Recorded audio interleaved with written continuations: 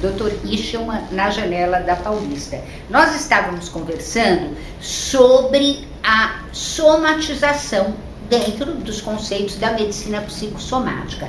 Mas a gente vai fazer um parênteses, porque eu estou muito curiosa, doutor, para saber essa história da imunidade. Né? A gente sabe, tem um problema, logo pega um resfriado. Tá feliz da vida, não fica doente de jeito nenhum.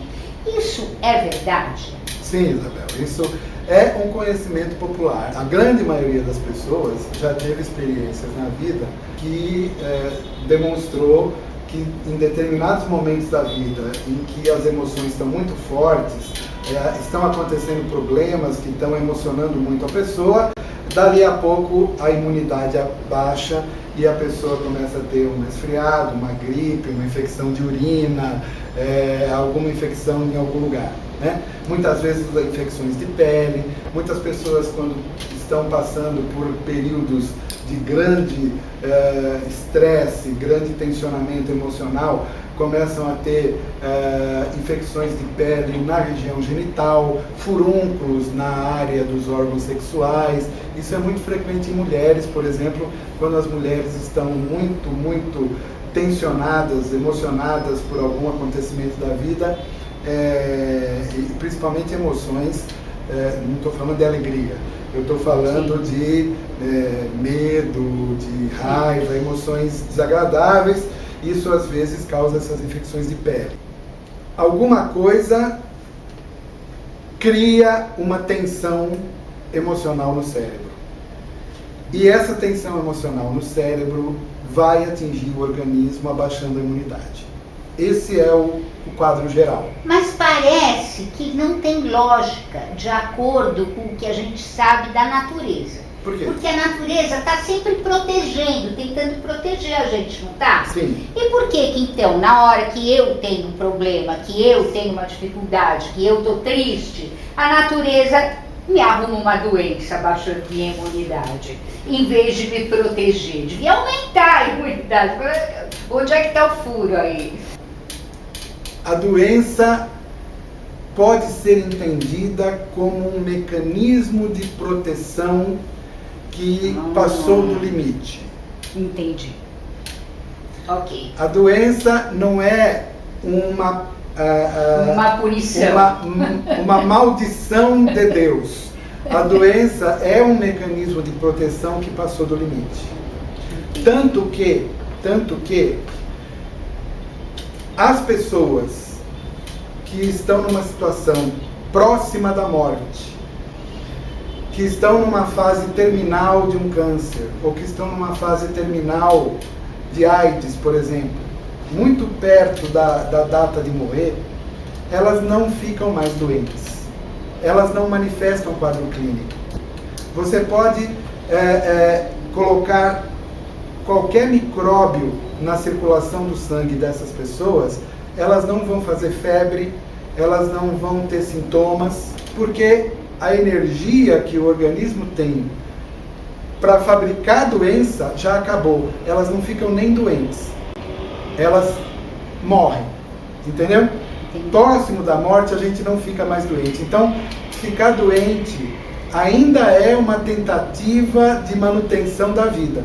Muitas vezes é por causa de uma doença que você dá um tempo, tira umas férias, consegue um descanso que você precisava para recuperar a sua saúde.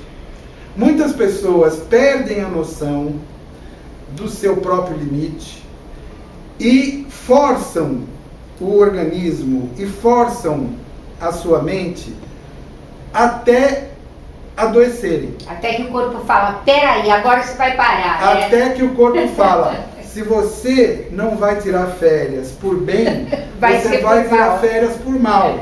Aí o corpo fabrica uma doença, obriga você a ficar uma semana de repouso, e aquela uma semana de repouso era o que você precisava para recuperar a saúde que você mesmo estava estragando porque estava passando do limite. Então, não é verdade essa ideia que a doença significa uma desgraça. Não, a doença muitas vezes é um aviso de que você precisa cuidar melhor da sua saúde. A doença vem para ajudar você a cuidar melhor da saúde. E o câncer? E o câncer? Não, o câncer já é uma situação de falência dos mecanismos de autoproteção, né? Porque uma pessoa com uma imunidade muito boa, tem menos câncer ou dificilmente vai ter um câncer. O câncer, ele progride no ambiente da imunidade ruim. Então, e a imunidade fica ruim porque a gente força a barra, né? Porque a vida força a barra. Às vezes é a vida que força a barra, ou é sempre a gente? O que força a barra é a nossa teimosia de vencer na vida. Que a vida coloca. Entendeu? A nossa teimosia de continuar brigando. Entendi. A nossa teimosia de brigar para continuar em pé. Tá certo. Né? Então, ninguém está dizendo que a gente deve desistir. A gente deve brigar e continuar em pé. Só que nós temos que ter ideia de que nós também precisamos de repouso. Preciso entender o seguinte, Isabel. A dificuldade maior do ser humano é lidar com o conceito de limite. O conceito de limite é um sofrimento para o ser humano, né? Desde criancinha, quando você fala para a criancinha, agora não, aí ela abre um choro, né? O não é um sofrimento para todo mundo. Só que nós temos que aprender que nós podemos ir até um ponto e a partir de um certo ponto, não. Se a gente aprende onde que é o endereço do não e respeita o não, a gente tem uma vida com mais saúde. Se a gente não respeita o não, a gente vai ficar doente, porque a doença vai nos ensinar que a gente tinha que respeitar o não, né? Não pode passar muito tempo comendo só porcaria na rua, um hambúrguer de vez em quando, biscoitinho, doce, sorvete. Não! Aí o que você faz? Você faz isso. Fica comendo só sorvete, biscoitinho, doce, hambúrguer e você não respeita o não. O que acontece? Você fica doente. É importante entender que nós temos um corpo, esse corpo abriga uma mente e essa mente relaciona esse corpo com o meio externo. A ligação entre o meio ambiente, o ambiente social, esse nosso ambiente socioeconômico e político e cultural, com o nosso corpo é feito pela mente. A mente é que está no meio do caminho. A mente que interpreta o social em biológico e interpreta o biológico em social. É mais ou menos, para ter uma ideia ilustrativa, é como se você tivesse assim, acontecendo como corpo, aí através da mente você exerce um papel no social, esse social reage pelo seu papel, ele reage, essa reação do social vem pela sua mente e volta para o seu corpo. O cérebro, ele se comunica com a suprarrenal por dois caminhos, pelo caminho sanguíneo e pelo caminho nervoso. Pelo caminho sanguíneo, o cérebro vai falar para a suprarrenal liberar corticoides. E pelo caminho nervoso, o cérebro vai falar para a suprarrenal liberar adrenalina. Esse caminho nervoso é elétrico? É elétrico, é nervo elétrico. E esse fio caminho elétrico. Do sangue é químico? Hormônio.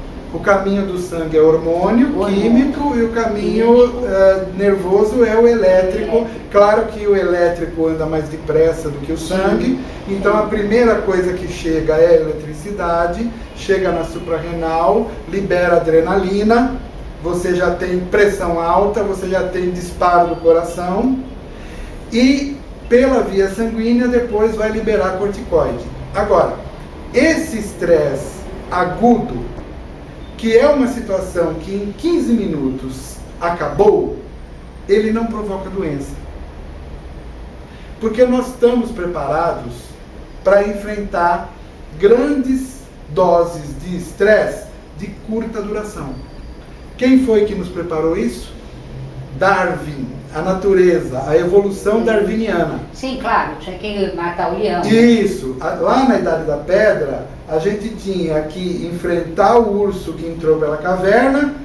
Era uma briga que não durava mais que 15 minutos e das duas uma.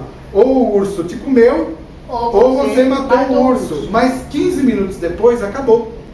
Então, nós, desde a Idade da Pedra, nós somos preparados para enfrentar um estresse muito forte de curta duração. Só que então, esta o grande vida, vilão da história é o outro estresse. o grande vilão da história é o estresse que não termina. Contínuo. Essa O vida... meu trabalho que eu detesto, mas eu ganho bem, então eu vou lá todo dia e me irrita aquilo, mas eu vou. Exatamente. Isabel, a selva de árvores tem perigos que em 15 minutos resolve. Ou você morre, ou você vive, mas a briga não dura mais que 15 minutos.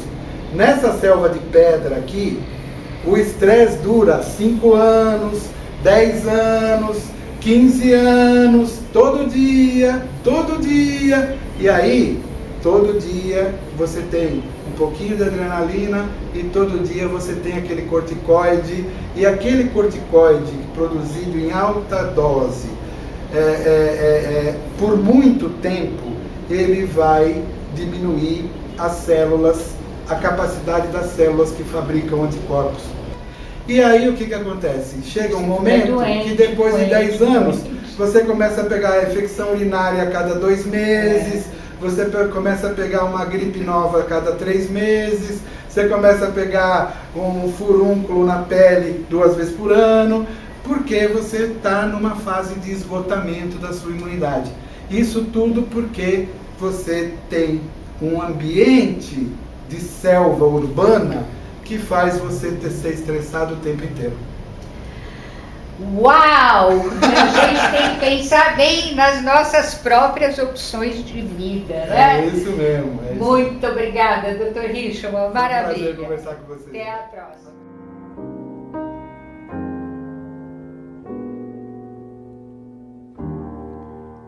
Every time we say goodbye, I die